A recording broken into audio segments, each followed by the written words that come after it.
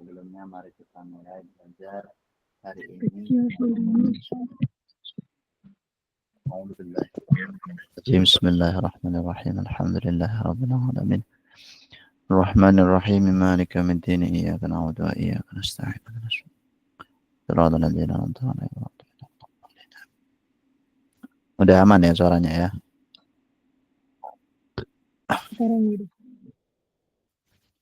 Baik.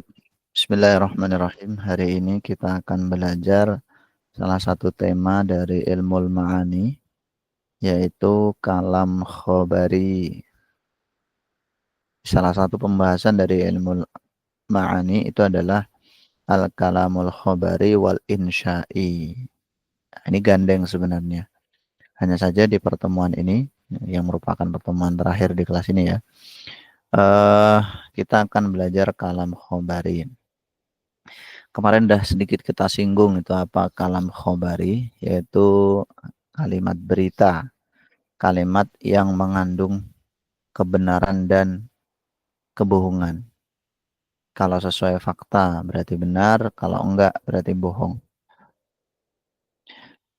Jadi semua kalam itu pasti kalau enggak khobar ya insya gitu teman-teman ya.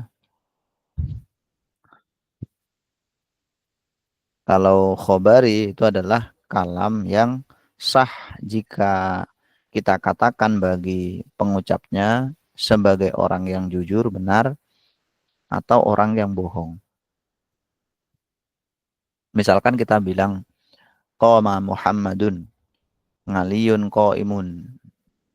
Jika memang Muhammad itu telah berdiri, Ali berdiri, sesuai dengan faktanya, maka pengucapnya bisa kita hukumi sebagai shadiq, orang yang benar. Dan kalau tidak demikian, maka kita hukumi sebagai kadzib. Kalau insya itu kalam atau sesuatu yang tidak sah jika kita ucapkan terhadap pengucapnya dengan kebenaran dan kebohongan tadi. Misalkan kita bilang, safir ya Muhammad, kum ya Ali. Pergilah Muhammad, berdirilah Ali. Nah, ini nggak bisa kita hukumi dengan benar dan bohong. Itu ya. Taib. Kalam khobari itu mempunyai dua rukun. Ini yang perlu teman-teman garis bawahi pada materi kali ini. Dua rukun dari kalam khobari, dari kalamnya. Yang pertama disebut dengan mahkumun alaih. Mahkumun alaih. Yang kedua disebut dengan mahkumun fihi. Mahkum alaih dan mahkum fihi. Apa itu mahkum alaih dan mahkum fihi? Mahkum alaih adalah sesuatu yang dikenai hukum. Maksud dari hukum di sini bukan kayak hukuman-hukuman gitu ya. Saya hukum push up 10 kali. Kamu saya hukum membersihkan toilet. Bukan seperti itu maksudnya. Hukum di sini lebih ke arah sesuatu yang disematkan atau predikat gitu ya. Misalkan kita bilang gini, Muhammad itu berdiri. Muhammad itu dihukumi berdiri. Jadi berdiri ini loh. Ya, berdiri ini namanya hukumnya. Dan yang dikenai hukum ini si Muhammad. Yang dikenai hukum namanya mahkum alaih. Jadi Muhammad itu namanya atau istilahnya dalam rukun kalam khobari disebut dengan mahkum alaih. Sedangkan berdiri itu adalah mahkum fih, yang dipakai sebagai hukum, predikat yang disandarkan pada Muhammad. Muhammadun qaimun, Muhammad mahkum alaih, qaimun mahkum fi. Istilah ini biasanya digunakan dalam ilmu mantik ya, mahkum alaih, mahkum fi. Kalau dalam ilmu ma'ani, mahkum alaih itu nanti disebut dengan musnad ilaih. Musnad ilaih. Ngaleh tinggal diganti ilaih. Mahkum alaih, musnad ilaih. Maksudnya adalah sesuatu yang disandari hukum. Musnad ilaihi. Sesuatu yang disandari hukum. Sedangkan mahkum fih tadi disebut dengan musnad. Musnad. Sesuatu yang disandarkan. Hukum yang disandarkan pada musnad ilaih. Disebut dengan musnad. Jadi ada musnad dan musnad ilaih. Dalam bahasa lain, musnad ilaih itu namanya subjek, musnad itu predikat. Musnad ilaih itu subjek, musnad itu predikat. Muhammadun qaimun, Muhammadun musnad ilaih atau mahkum alaih atau subjek. Qaimun itu musnad atau mahkum fi atau predikat. Nah, sekarang kita mempelajari pola kalam khobari, kalimat berita. Kalimat berita itu kalau dilihat dari sisi pembentuknya, dibuat dengan memakai dua pola. Satu, jumlah ismiyah, yaitu kalimat yang terdiri dari mubtada dan khobar. Mubtada sebagai musnad ilaih, subjek, khobar sebagai musnad, predikat. Contohnya ana muslimun, ana mubtada, muslimun khobar. Ana itu musnad ilaih, muslimun musnad. Atau ana sebagai mahkum alaih, muslim sebagai mahkum fi. Gitu ya. Yang kedua jumlah fi'aliyah. Jumlatun fi'aliyatun. Yaitu kalimat yang terdiri dari fi'il dan fa'il. Contohnya ja'a Ahmadu. Bukan Ahmada ya. Ahmadu harusnya. Ja'a telah datang siapa Ahmadu? Ahmad. Ja'a ini sebagai musnad. Ahmadu sebagai musnad ilaih. Jadi fa'il itulah yang jadi musnad ilaih. Subjeknya. Subjeknya kan fa'il. Nah, itu yang jadi musnad ilaih. Sedangkan fi'ilnya yaitu ja'a itu sebagai musnad. Oke. Sampai sini ada yang ditanyakan atau enggak? Bisa dipahami ya. Lanjut. Oke. Sekarang macam-macam kalam khobari. Kalam khobari atau kalimat berita ini ada beberapa bentuk atau macam. Ditinjau dari apa? Ditinjau dari mukhotob. Keadaan mukhotob. Halnya mukhotob atau lawan bicara. Kita kalau berbicara kepada orang yang berbeda kondisi, otomatis kalimatnya kan juga beda. Gitu kan? Misalkan kita bilang kepada orang yang masih kecil, beda dengan orang yang sudah pernah sekolah, punya pengalaman, punya ilmu. Kita mengatakan sesuatu kepada orang yang apa istilahnya mengingkari sebuah informasi dengan orang yang tidak mengingkari sebuah informasi, itu nanti kalimatnya juga beda. Nah, dilihat dari keadaan mukhatab atau orang yang menjadi lawan bicara, kalam khobari nanti terbagi menjadi 3 macam. Yang pertama, khobar ibtidai. Khobar ibtidai ini maksudnya kalam yang apa namanya? Kalam khobar ya. Maksudnya khobar ini kalam khobar gitu.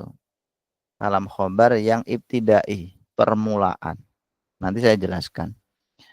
Yang kedua, khobar tolabi. Kalam khobar yang tolabi, bersifat tuntutan, bersifat menuntut. Sedangkan yang ketiga, kalam khobar ingkari. Kalam khobar yang bersifat ingkar. Maksudnya gimana nih?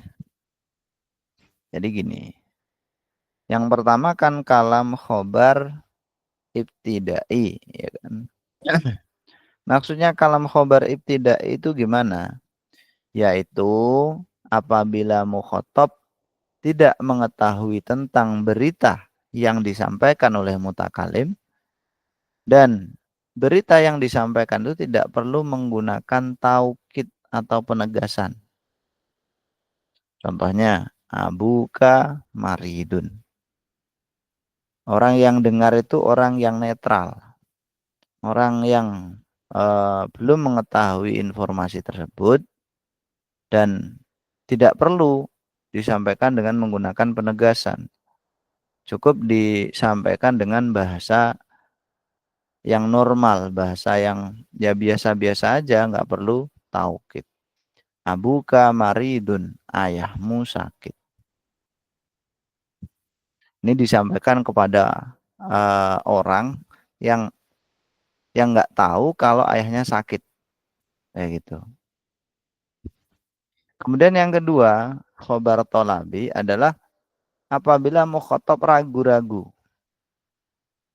Mukhatabnya ragu-ragu atau bingung. Ragu-ragu ini ya syak, bingung, mutaraddid mengenai kebenaran suatu berita.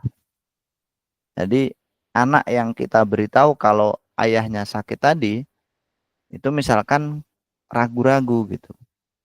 Atau bingung. Masa sih ragu-ragu? Nah, maka diharapkan mukhatab supaya dia yakin akan kebenaran berita yang disampaikan, maka lebih baik menggunakan taukid. Makanya disebut dengan tolabi.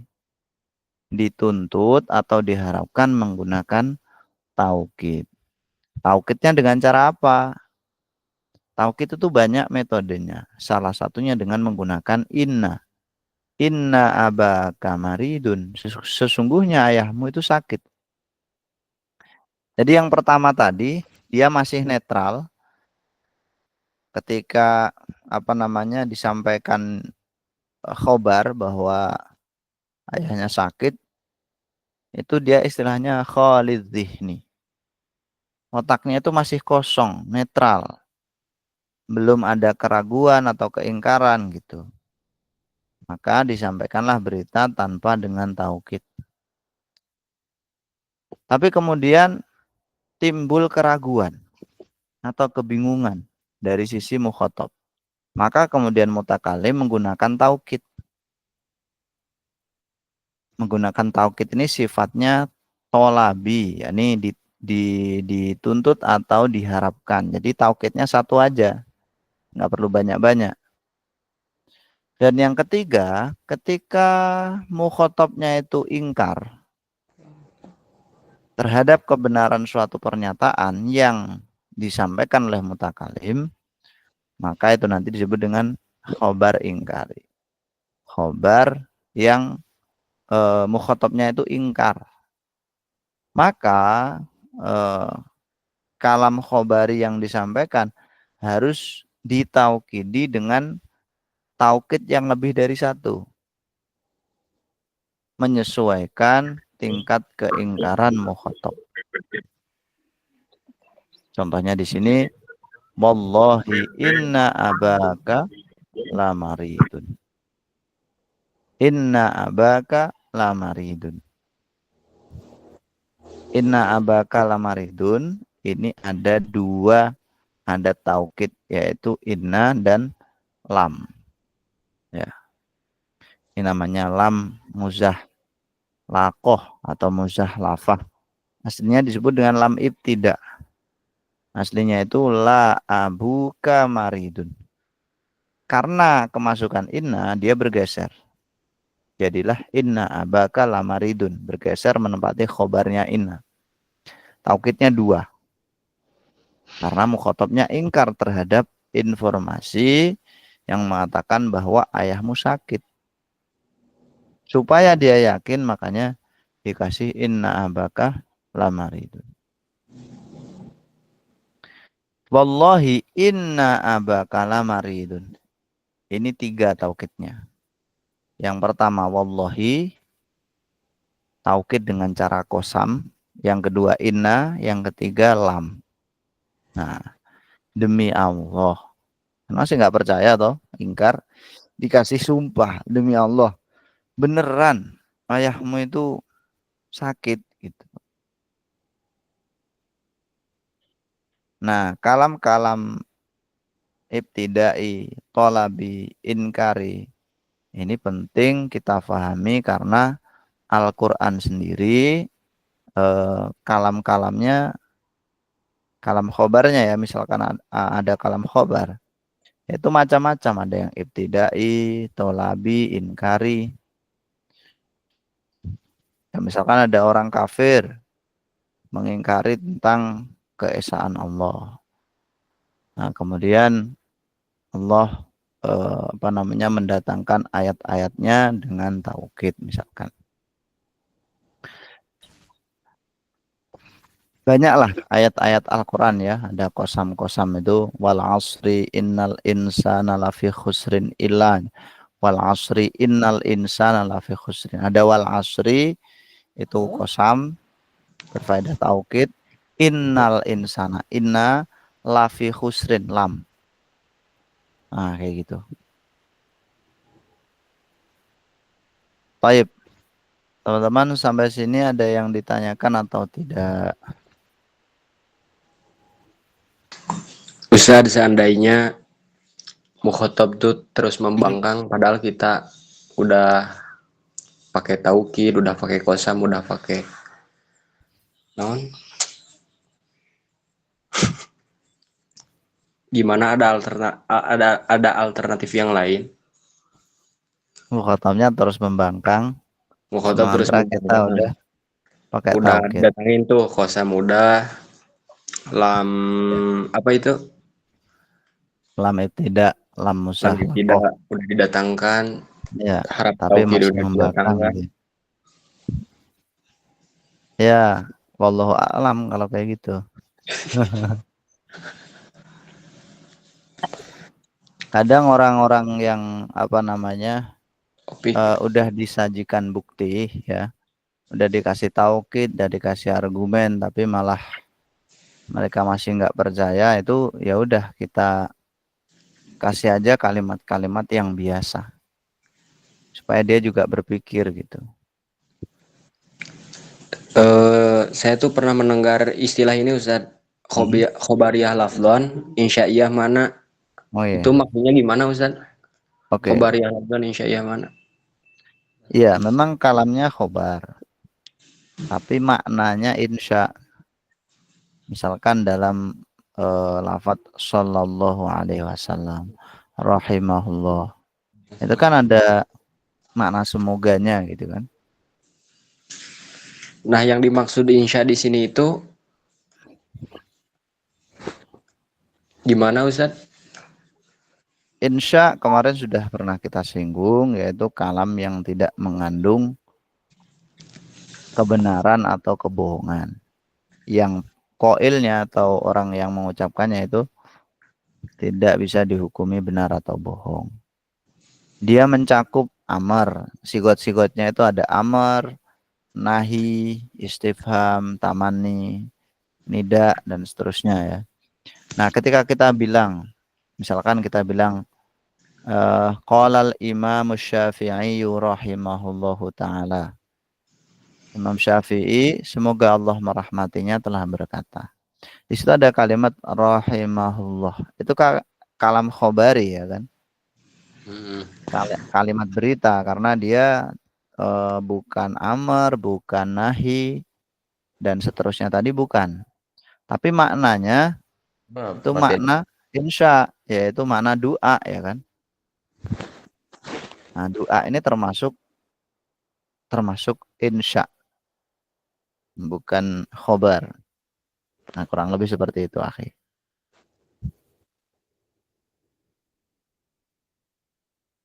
Wasiwatul ikhbari ta'tilit tolab. Nah, itu kan. Gimana lanjutannya tuh? Lifa'lin aw harsin wa hamlin wa adab.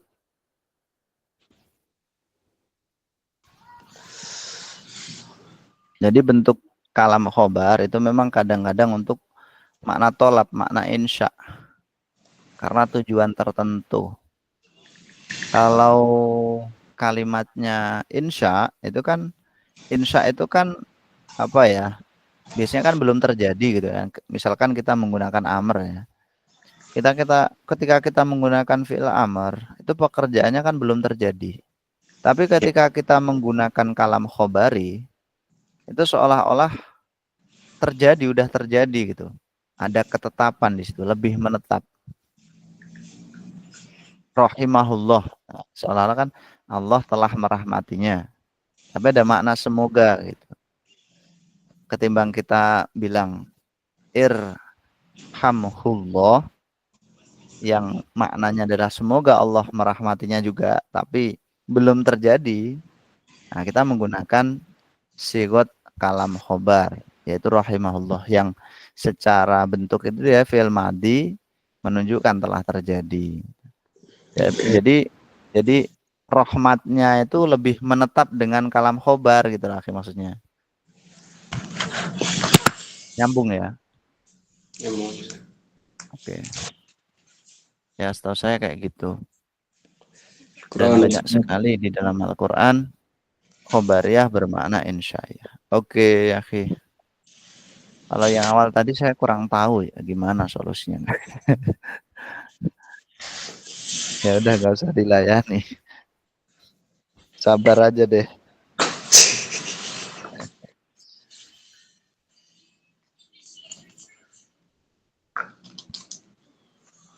Baik. Ada pertanyaan lain nggak teman-teman? Kalau nggak ada saya lanjutkan nih. Nah sekarang kita akan belajar tentang cara menaukidi ya. Sebenarnya cara mentaukidi ini tidak hanya dengan huruf ya, tapi di sini dengan kalimat huruf taukid ya. Udah, kita ikut materi aja. Di antara huruf taukid ada yang pertama inna dan anna. Sebentar, kita baca dulu nih. Huruf taukid berguna untuk menguatkan atau menegaskan pernyataan yang terdapat pada suatu kalimat supaya mukhatabnya itu yakin gitu terhadap informasi yang kita sampaikan. Ada beberapa huruf yang bisa digunakan untuk taukid, diantaranya satu, inna anna. Inna anna, termasuk ka anna, itu pokoknya yang ada inna ananya lah. Di anna. Taukid ini masuk ke mubtada khobar dan menasabkan mubtada.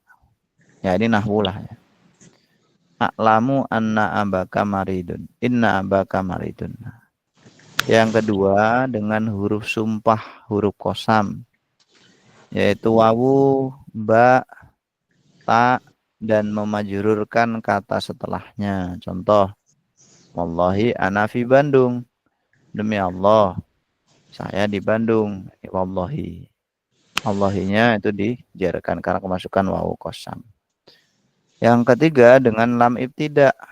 Lam ibtida tadi kalau di contoh-contoh tadi ya itu memang nama awalnya lam ibtida, cuma dia bergeser ke tengah. Makanya disebut dengan muzahlaqoh atau muzahlafah. Yaitu lam yang sebelum isim atau fi'il, kana abuka maridun. Benar-benar gitu. Kadang-kadang dimaknai niscaya, itu pasti. Kalau ada nun taukid khafifah ataupun saqilah, ini sama-sama ditaruh di akhir fi'il. Akhir fi'il yang mustakbal. Bisa mudhari, bisa amr, pokoknya yang mustakbal. Lanakunan minal khasirin. Ya niscaya sungguh kami menjadi orang-orang yang rugi ya. Kami orang-orang yang rugi, penghuni neraka.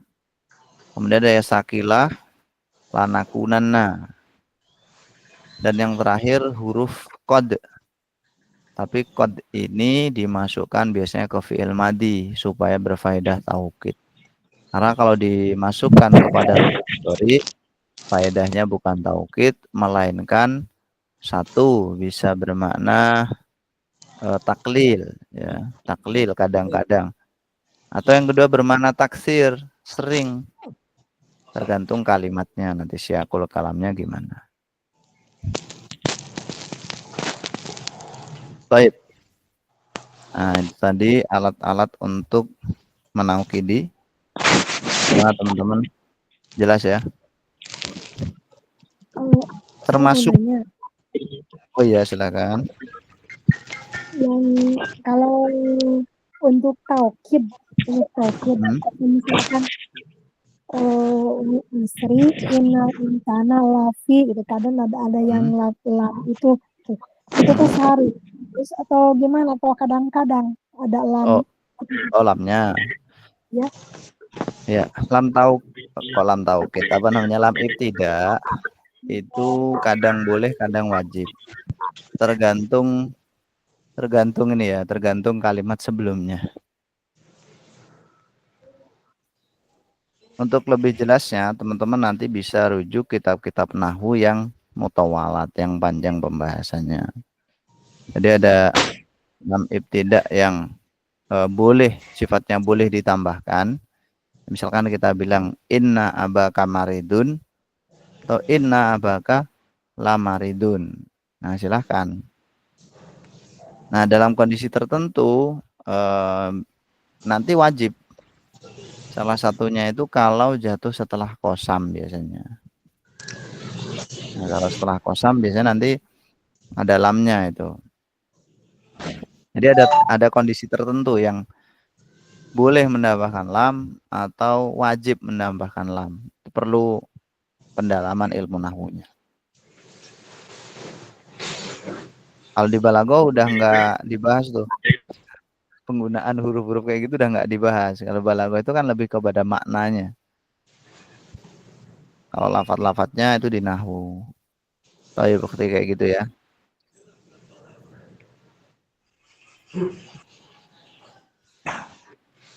Nah, di antara taukid lagi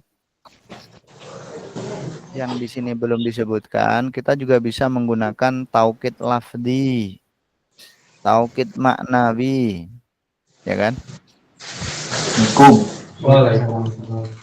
Misalkan kita bilang jaa zaidun, abuka maridun, nah kayak gitu. Bisa juga teman-teman menggunakan huruf tanbih. Huruf tanbih itu seperti ala, terus ama, itu ya huruf tanbih atau huruf iftitah, huruf pembuka itu fungsinya juga untuk taukid. Selain itu juga bisa menggunakan huruf-huruf zaidah. Huruf zaidah itu memang nggak ada maknanya, tapi ada fungsinya. Ada fungsinya apa? Yaitu untuk taukid. Misalkan Nabi Muhammad itu ketika menerima wahyu pertama kali itu kan diminta untuk membaca sama malaikat Jibril ya. Beliau mengatakan ma ana biqari'in. Aku ini benar-benar gak bisa baca gitu. Ma ana biqari'in. Nah, baknya ini loh zaidah. Dimana sungguh kayak gitu. Termasuk zaidah juga adalah amma asyartiyah. Amma itu juga berfungsi untuk taukid. Kalau qad tadi itu qad yang berfaedah tahqiq ya. Qad tahqiq, qad yang merealisasikan mananya itu hanya ada di fi'il madhi. Misalkan qad aflahal mu'minun itu bermakna sungguh untuk mentaukidi. Tapi kalau qad naro taqalluba wajhika fis sama itu kan masuk ke mudhari'. Kalau pengulangan ya misalkan pengulangan jumlah ja'a zaidun. Nah, kayak gitu.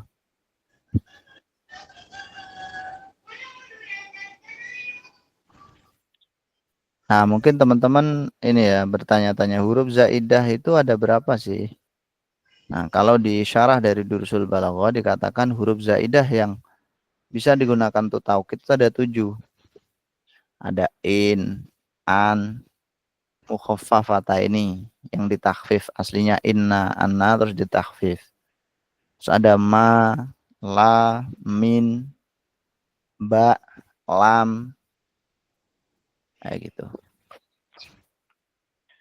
Baik, itu teman-teman untuk pembahasan hari ini dan merupakan pembahasan terakhir di kelas halakoh level 4 ini ya. Insya Allah kalau ada kesempatan teman-teman nanti lanjutkan ke halakoh berikutnya supaya kita bisa melanjutkan materinya. Baik, ada yang mau disampaikan teman-teman sebelum kita akhiri? Jawa, Sumatera. Cek dulu, Ustaz. Halo. Assalamualaikum. Waalaikumsalam. Tanya. Satu-satu. Iya, ya. Silakan akhi. Ada. Ya, nyambung aman suaranya. Gimana? Silakan Ya, akhi. Iya, loh, ya, aman. Silakan. Gimana? sebenarnya balaghah Ustaz ini lebih pada makna apa ini? Karena tadi ini kan eh, apa ya? Semakna dengan eh, nahu ini kalakana. Itu kan kalau bicara nahu juga itu ya, ada bicara takkit ya. Maksudnya Iya. ini balaghah sebetulnya seperti apa sebenarnya balaghah Ustaz ini? Karena di situ ini kan menerangkan juga terkait dengan eh, kaitannya dengan tadi huruf-huruf takkid itu. Nah, Iya. karena ya, Udah. ya. Udah. Poinnya antum tuh pengen ini ya, apa namanya, tanya tentang kaitannya huruf-huruf taukid ini dengan balaghah itu apa gitu kan? Bener Iya, nggak? iya. Ya, jadi awalnya antum kan kayaknya datangnya terlambat ya. Iya, betul. Ya, itu masalahnya. Jadi kaitannya kayak gini, akhi. Balaghah itu kan ada ilmu ma'ani, bayan badi. Yang kita bahas ini kan ilmu ma'ani. Ilmu ma'ani atau yang didefinisikan dengan ilmu makna-makna itu fungsinya untuk apa ya? Ini mengetahui kalimat yang sesuai dengan kondisi. Bagaimana cara kita menyampaikan kalimat sesuai dengan kondisi mukhatab? Bagaimana cara kita tahu oh kalimat itu sesuai dengan mukhatabnya atau enggak? Itu dengan mempelajari ilmu ma'ani. Nah, yang kita bahas hari ini adalah kalam khobar. Kalam khobar itu disampaikan sesuai dengan keadaan mukhatabnya. Kalau ditinjau dari segi keadaan mukhatabnya, apakah dia itu kholi zihni, netral, orang yang ragu atau ingkar, nanti terbagi menjadi 3 kalam khobar itu. Tadi kita bahas. Ada khobar ibtidai, kalimat khobar, kalimat berita yang tidak perlu penguatan. Karena mukhatab atau lawan bicara itu netral, kholid zihni istilahnya. Tapi kalau mukhatab atau orang yang kita ajak bicara itu ragu, maka nanti perlu taukid setidaknya 1. Namanya kalam khobar tolabi. Khobar tolabi. Kalau mukhatabnya ingkar, maka kalimat yang kita sampaikan ya perlu taukid yang lebih banyak sesuai dengan keingkaran mukhatab. Bisa 2, bisa 3. Makanya kita tadi membahas tentang taukid. Karena kaitannya dengan orang yang kita ajak bicara ini loh. Misalkan antum nggak percaya tentang apa namanya, Indonesia itu akan maju di tahun 2045. Antum kan nggak percaya misalkan. Terus kalian kasih inna gitu biar percaya. Kalau antum ternyata ingkar, ya udah saya kasih inna ditambah lam ditambah kosam dan lain sebagainya sesuai dengan keingkaran antum. Jadi relasinya di situ. Bisa dipahami ya? Katanya dengan balaghah di situ, akhi. Iya. Oke.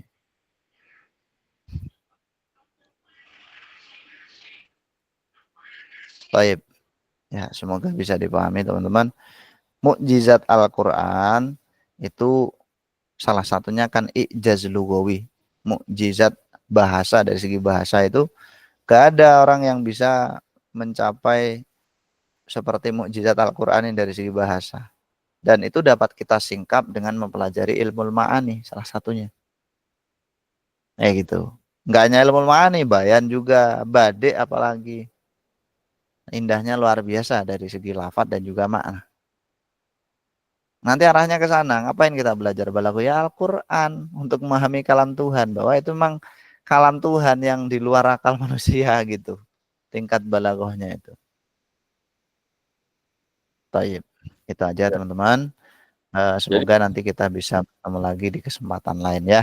Iya, mau ada yang lagi? Silakan akhi.